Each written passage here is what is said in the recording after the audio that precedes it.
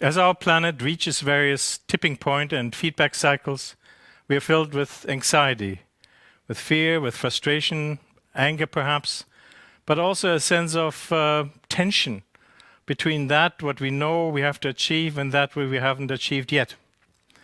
And we're asking ourselves, how could that be? How could there be no progress, significant progress in the last 25, 35 years of climate action and negotiations? And we believe this is largely because we have been pointing in the wrong direction with our targets. We should be pointing downward at lower temperatures, not higher temperatures, at lower CO2 emissions in the atmosphere, not higher ones. 25 years ago, 35 years ago, when this all started to become popular, we already had too much CO2 in the atmosphere, 350 parts per million, as opposed to 280 for the last million year. Now we're at 415. We're even higher in methane. We were higher in methane back then. We had too much carbon. There had never been a carbon budget. And so this is something that science is now beginning to realize, and therefore action has to follow. We would like to pursue with you, with the world, 10 action points which are so crucial in moving it to another level, into another plane of effectiveness.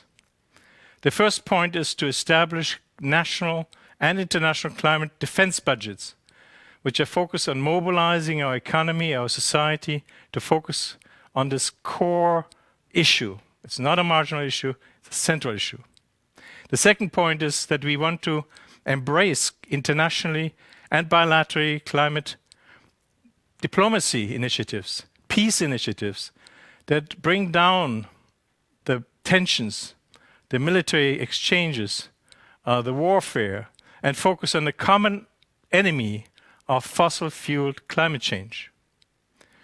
Third point, very crucial, is to change our emission targets from up to down, from a budget of 400 gigatons to a budget that is already depleted, to reverse the flow of emissions back into the economy, back into our agriculture, back into our forests and oceans. Fourth, in order to do that, we also have to declare fossil fuels as undesirable, as toxic. We have to tax them as the source. We know that they're harmful to our health. We know that they're harmful to our climate stability. Let's make the next step, begin to excerpt them out of our economic reality. Fifth, we would like to engage in a fossil fuel restructuring program of national and global proportions to help the industries reconstruct and redirect themselves. The sixth point goes hand in hand, which is to build up a regenerative economy that boosts jobs, opportunities in education and research in renewable energy and regenerative technologies. The next point is also very, very crucial, the seventh point of biosequestration, to enable our agriculture and our forests and our wetlands to sequester carbon from the atmosphere on a massive scale. That goes hand in hand with the eighth point, which is industrial sequestration, to build carbon fiber-based materials for airplanes, for cars, for our buildings, but also use wood, sustainably harvested, as the primary production base for the building and architectural industries.